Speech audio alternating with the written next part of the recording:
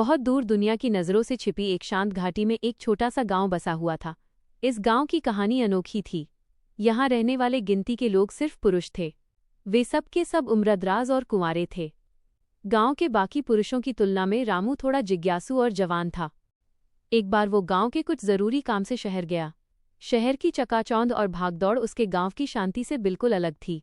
जब वह अपने एक शहरवासी मित्र के साथ घूम रहा था तो वे शहर के एक भीड़भाड़ वाले रंगीन इलाके से गुजरे। रामू ने देखा कि कुछ महिलाएं अजीब तरह से सजी धजी थीं और दरवाजों पर खड़ी होकर अजनबी पुरुषों को अपनी ओर इशारे कर रही थीं। रामू हैरान रह गया। यह दृश्य उसके सरल जीवन की समझ से बिल्कुल परे था। उसके गांव में किसी अजनबी स्त्री से इस तरह बात करना या इशारे करना अकल्पनीय था। उसने अपने मित्र से झुककर फुसफुसाते हुए पूछा, मित्र, ये सब क्या है? ये कौन है जो अजनबियों को ऐसे बुला रही हैं? रामू के चेहरे पर आश्चर्य और असमंजस का भाव था। उसके मित्र ने सहजता से मुस्कुराते हुए जवाब दिया, जैसे ये किसी आम बात का जिक्र कर रहा हो। ओ रामू, तुम गांव के हो ना, इसलिए नहीं जानते। यह वे स्त्रियां हैं जो यहाँ पैसे लेकर आती हैं। यहाँ तुम इन्हें पैसे देकर इनके साथ समय बिता सकते हो। कुछ लोग तो इन्हें कुछ समय के लिए खरीद भी लेते हैं। रामू के लिए ये जानकारी एक बड़ा झटका थी। उसके मन में अनेक सवाल उठ खड़े हुए। क्या पैसा इंसान के साथ संबंध बनाने का माध्यम हो सकता है? क्या यह महिलाएं खुशी से ऐसा कर रही हैं? अपने मित्र की बातें सुनकर रामू के सीधे सादे मन में एक विचित्र विचार ने जन्म लिया। उसका भोलापन और अज्ञानता उसे ये सोचने पर मजबूर कर रही थी कि वो एक शानदार चीज खरीदकर अपने गांव के कुंवारे मर्दों के सामने एक नया चमत्कार पेश करेगा। अगर ऐसा है, रामू ने उत्तेजित होकर कहा, तो मैं भी एक स्त्री को खरीदकर गांव ले जाऊंगा। फिर सब ये देखकर हैरान हो जाएंगे। रामू ने तुरंत ही अपने मित्र की सहायता से शहर के उस रंगीन इलाके में एक महिला को गांव ले जाने के सौदे की बात की। एक युवा और आकर्षक दिखने वाली स्त्री को गांव ले जाने के लिए उसने 1 लाख रुपए की भारी भरकम रकम तय की। ये रकम उसके कृषि जीवन की जमा पूंजी थी, पर रामू को लगा कि वो इतिहास रच रहा है। वो उस महिला को अपने साथ लेकर गांव की सुनसान पगडंडियों पर लौट चला। जब रामू गांव पहुंचा तो शांत घाटी में मानो भूकंप आ गया हो। गांव के कुंवारे उम्रदराज पुरुष, जो बरसों से एक दूसरे का ही चेहरा देखते आ रहे थे, रामू के पीछे पीछे आती उस सजी संवरी और अनजानी स्त्री को देखकर भौचक्के रह गए। उनके लिए ये किसी दूसरे ग्रह का प्राणी देखने जैसा था। चारों ओर लोगों की फुसफुसाहट फैल गई। ये कौन है? कहाँ से लाया इसे रामू? बुजुर्गों के चेहरे पर आश्चर्य के साथ साथ एक गहरी चिंता भी थी। उन्होंने आज तक स्त्रियों का जो आदर्श स्वरूप मन में रखा था, ये स्त्री उस रंगरूप से बिल्कुल अलग थी। गांव वालों की चौंधियाई नजरों और फुसफुसाहटों के बीच रामू ने अपने गर्व को छिपाते हुए एक बड़ा झूठ बोला। अरे भाइयों, ये कोई साधारण स्त्री नहीं है। रामू ने अपने हाथ ऊपर उठाकर घोषणा की। यह मेरी पत्नी है, जिसे मैं शहर से विधि-विधान से विवाह करके लाया हूँ। रामू ने ऐसा इसलिए कहा ताकि वह अपने इस असामान्य कार्य को गांव की सीधी साधी नैतिकता के दायरे में ला सके और अवैध खरीद फरोख्त के कलंक से बच सके। गांव वालों के लिए ये दूसरा बड़ा झटका था। विवाह उनके गांव में तो ये परंपरा वर्षों से लुप्त थी। देखो, तुम हमेशा घूंघट में रहोगी। किसी भी मर्द को तुम्हारा चेहरा नहीं दिखना चाहिए। रामू की पत्नी भी समझदार थी। वो जानती थी कि उसे इस नए नाटक को निभाना होगा। जैसे ही वो स्त्री, जिसका नाम शायद उसने सुंदरी या लाजवंती बताया होगा, रामू के घर में पैर रखी, उस दिन से वो घर गांव का सबसे व्यस्त ठिकाना बन गया। रामू के घर में पहले कभी इतनी चहल पहल नहीं हुई थी। गांव के कुंवारे मर्द, जिनकी उम्र आधी सदी पार कर चुकी थी, अब बहाने ढूंढकर रामू के दरवाजे तक आते। रामू, जरा चाय पत्ती खत्म हो गई है, थोड़ी दे दोगे? रामू, तुम्हारे बैल को क्या हुआ? देखने आया हूँ। कोई बिना वजह ही कुल्हाड़ी तेज करवाने आ जाता ताकि वो देर तक रामू के घर के पास बैठ सके। उन सब की एक ही मंशा थी, एक झलक उस नई दुल्हन की। रामू को पता था कि अगर गांव वालों ने उसकी पत्नी का असली रूप या असली जगह जान ली तो उसकी पोल खुल जाएगी। इसीलिए उसने आते ही अपनी पत्नी को कठोर निर्देश दिए थे। नतीजा ये हुआ कि महीनों बीत गए, लेकिन रामू की पत्नी का चेहरा अभी तक एक रहस्य बना हुआ था। वह जब भी बाहर निकलती उसका घूंघट जमीन तक लंबा होता और गांव वाले केवल उसके पैरों की पायल और कपड़ों की सरसराहट ही सुन पाते थे। इस रहस्य ने उनकी उत्सुकता को और भी बढ़ा दिया था। जब रामू किसी जरूरी काम से शहर गया हुआ था, ठीक उसी समय उसका शहर वाला दोस्त, जिसके सामने रामू ने महिला को खरीदने का सौदा किया था, अचानक गांव आ पहुंचा। शहर का दोस्त गांव की चकाचौंध रहित दुनिया में बिल्कुल अजनबी लग रहा था। वह गांव के सीधे सादे मर्दों के बीच खड़ा था और अजीब लहजे में पूछ रहा था, अरे भाइयों, इस गांव में रामू नाम का कोई आदमी रहता है क्या? उसने जोर से पूछा, उसका घर कहाँ है? उन्होंने तुरंत इशारों में रामू के दोस्त को उसका घर दिखा दिया। रामू का दोस्त सीधा रामू के घर पहुंचा। घर के अंदर रामू की पत्नी घूंघट में थी और घर के काम में लगी थी। दोस्त ने आवाज लगाई, ओ रामू की दुल्हन, सुनती हो? मैं रामू का दोस्त हूँ, शहर वाला। जरा बाहर तो आओ। रामू ने कुछ पैसे वापस करने को कहे थे। सौदा पक्का होने के बाद रामू की पत्नी ने ये पहचान लिया कि ये वही आदमी है जिसने उसे रामू के हाथों बिकवाने में मदद की थी। उसके शरीर में सिहरन दौड़ गई। शहर के दोस्त ने मौका देखा और अपनी नीचता पर उतर आया। उसने रोशनी, अब ये उसका नाम है, को सीधी धमकी दी, देख, अगर तू मुझे अपने साथ समय बिताने देगी तो मैं गांव वालों के सामने चुप रहूंगा, वरना मैं अभी जाकर सबको बता दूंगा कि तू कौन है और रामू ने तुझे कहाँ से खरीदा है। फिर देखना, ये गांव तुझे धक्के मारकर निकालेगा। रोशनी डर और निराशा से भर गई। उसके पास कोई विकल्प नहीं था। वो जानती थी कि उसके अतीत का सच इस गांव के सीधे साधे लोगों के लिए अस्वीकार्य होगा और उसका घूंघट वाला सम्मान पल भर में चूर हो जाएगा। विवशता में रोशनी को झुकना पड़ा। उसने दोस्त की बात मान ली और उसने चुपचाप अपनी आत्मा पर एक और घाव ले लिया। अगले दिन शहर का दोस्त जीत के अहंकार में चूर था और खुश होकर वापस शहर जाने की तैयारी कर रहा था। रोशनी के मन में अब सिर्फ बदला था। उसका अपमान और पीड़ा ज्वालामुखी की तरह उबल रहा था। उसने शांत रहते हुए रामू के दोस्त के लिए एक ठंडा शरबत बनाया। जैसे ही दोस्त जाने के लिए तैयार हुआ, रोशनी ने उसे शरबत पीने के लिए दिया। रास्ते में प्यास लगेगी, यह पीकर जाना, उसने भावहीन चेहरे से कहा। शरबत में उसने एक तीव्र और घातक जहर मिला दिया था। शहर का दोस्त अविश्वास और जीत की मस्ती में डूबा हुआ वो शरबत गटक गया। गांव से कुछ ही दूर रास्ते में चलते हुए जहर ने अपना असर दिखाया। वो दर्द से तड़पा और वहीं गिरकर मर गया। रामू अपना शहर का काम निपटाकर रात के घने अंधेरे में गांव की ओर लौट रहा था। अंधेरी पगडंडी पर चलते हुए उसे अचानक एक अनजानी चीज पड़ी हुई दिखाई दी।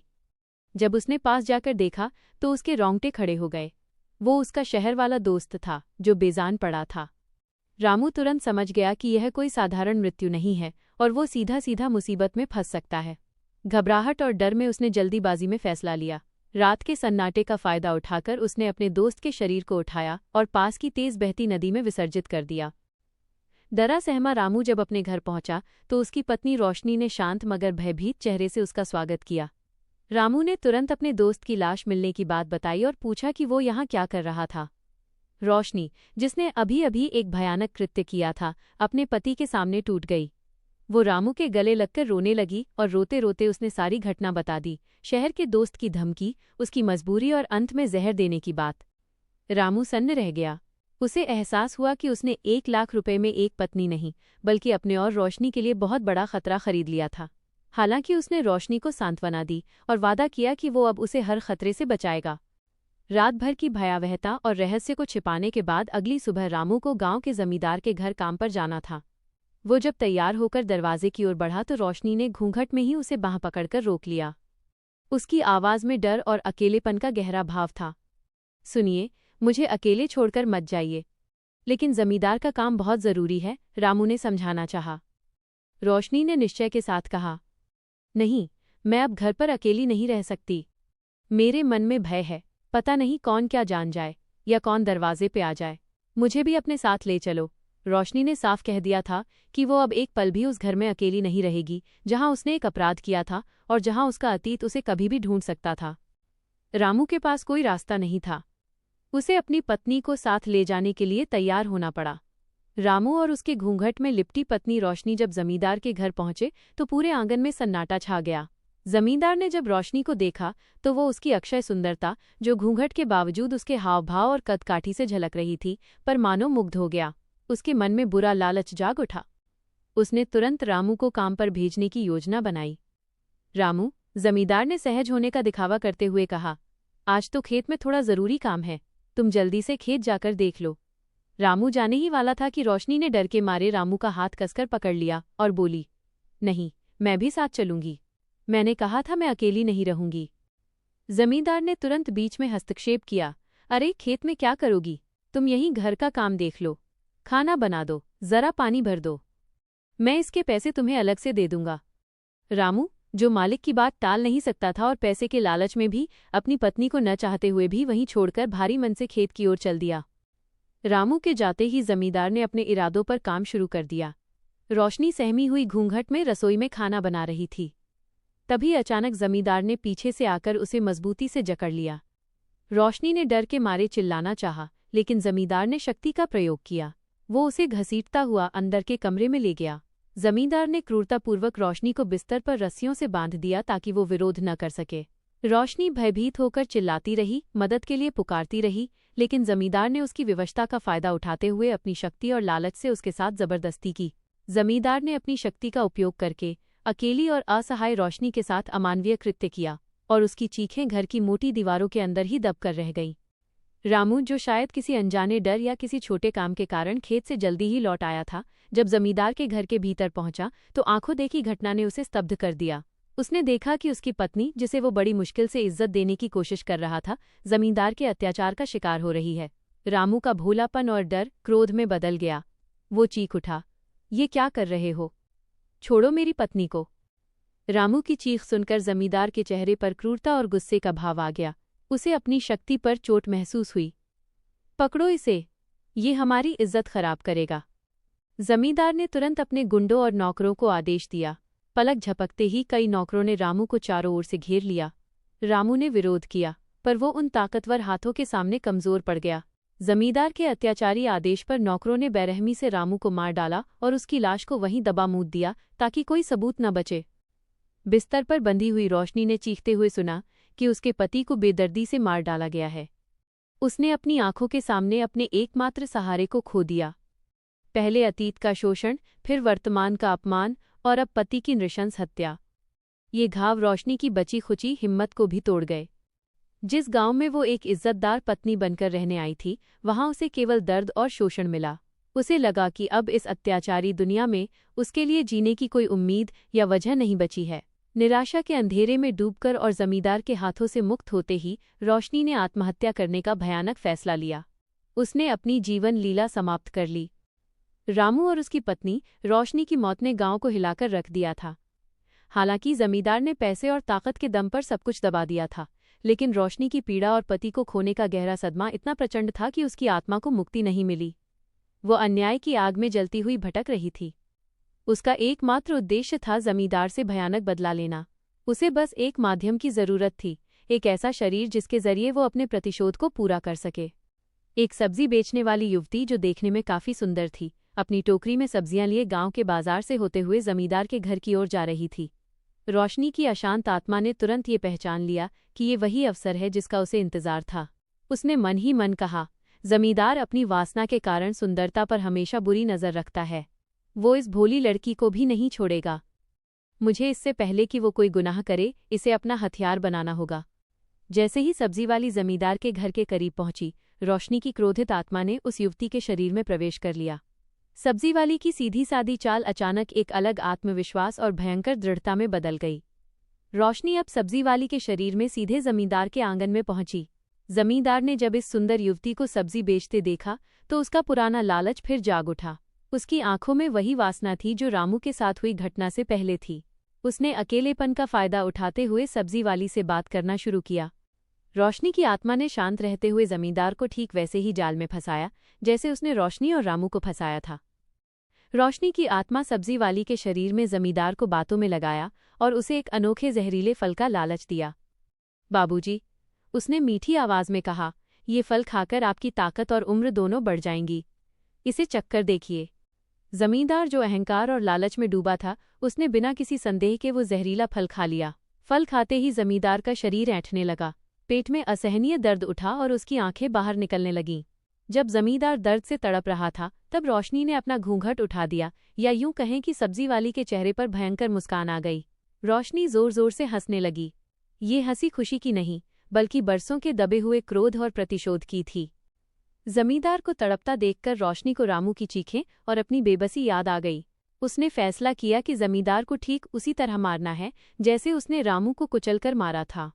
रोशनी ने अमानवीय शक्ति का प्रदर्शन किया और जमींदार के शरीर के 36 टुकड़े कर दिए।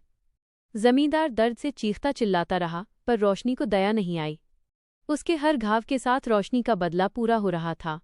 अंत में रोशनी ने चाकू उठाया और जमींदार की गर्दन काट दी। जमींदार वहीं गिरकर मर गया। जमींदार को मारने के बाद रोशनी की आत्मा ने वहां मौजूद सभी नौकरों को भी नहीं बख्शा जिन्होंने रामू को मारने में जमींदार का साथ दिया था। एक एक करके उसने उन सबको मार डाला। वो हवेली जो कभी शक्ति और ऐशो आराम का प्रतीक थी, अब खून और लाशों से भर गई थी। गांव वालों को जब इस भयानक नरसंहार का पता चला तो वे डर के मारे कांप उठे। किसी ने भी साहस नहीं किया कि जमींदार या उसके नौकरों का अंतिम संस्कार करे। जमींदार का शरीर उसी हवेली में सड़ गया। समय बीतने के साथ उस हवेली को गांव वाले भूतिया हवेली कहकर पुकारने लगे। कोई भी उसके पास जाने की हिम्मत नहीं करता।